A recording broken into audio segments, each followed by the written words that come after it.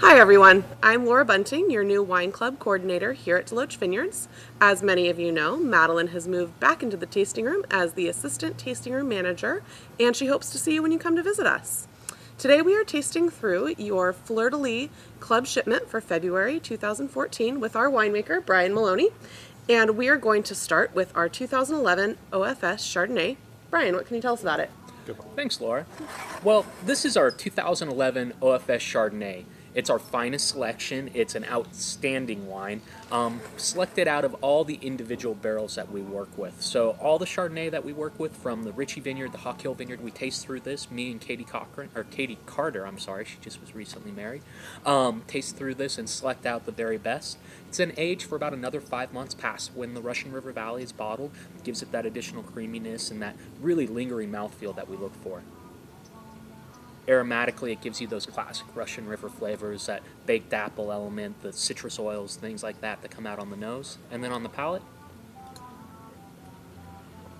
it's just incredibly creamy and just spreads across the palate, caresses your tongue, but doesn't leave it with a lot of oiliness or heaviness that can often happen in some of the warmer climate Chardonnays that you see. So I think this is really a beautiful example of cool climate Chardonnay and really a classic Russian River wine. Absolutely. Cheers.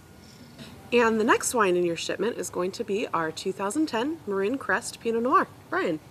Thanks, Laura.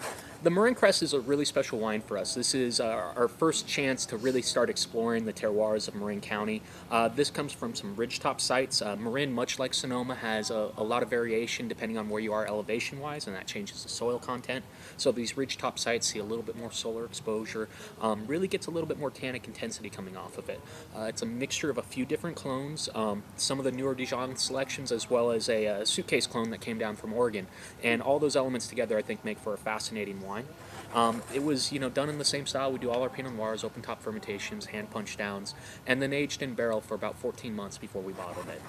So Marin wines, in a lot of ways, kind of behave like the really cool climate wines we see out of the Sebastopol area. So aromatically, you get, those dark berry flavors, raspberries, blackberries, fruits of that nature, maybe just a touch of a little bit of a currant or even a cranberry.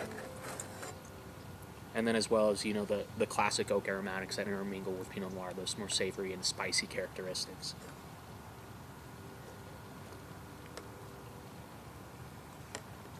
On the palate, you can't help but smile after tasting it. I mean, it just has that nice sweet fruit, really caresses the mouth again, and then the density of the tannin structure, again, is very reminiscent of something you would see from like the Mabaroshi vineyard. So just an excellent wine. One we're really excited to help be able to share with you guys, and one that's actually also very, very limited. I just want to make sure you guys understand that this is kind of one of those things we're not going to be able to do every year. These sites are very temperamental. In a year like 2011, we don't quite see the same development, so get it while you can. It's a delicious wine, and really happy to share it.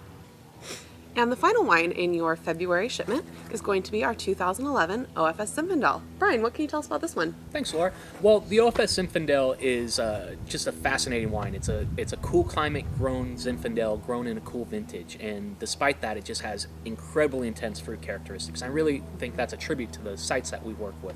The Becknell Vineyard up off of West Side Road, just an incredibly steep site. The vines really struggle, but they get intense fruit characteristics every year, even in the coldest years.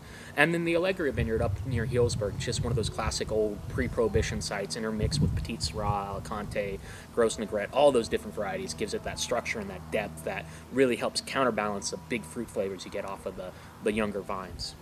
What would be something you might pair this with food-wise? With all the fruit I get off of this wine and the structure that you have, I really think this is kind of like that classic, baked pasta dish pairing, where you have that red sauce and that sausage and cheese all working together. On a cold day like today, it'd be perfect. Absolutely. Cheers. Cheers.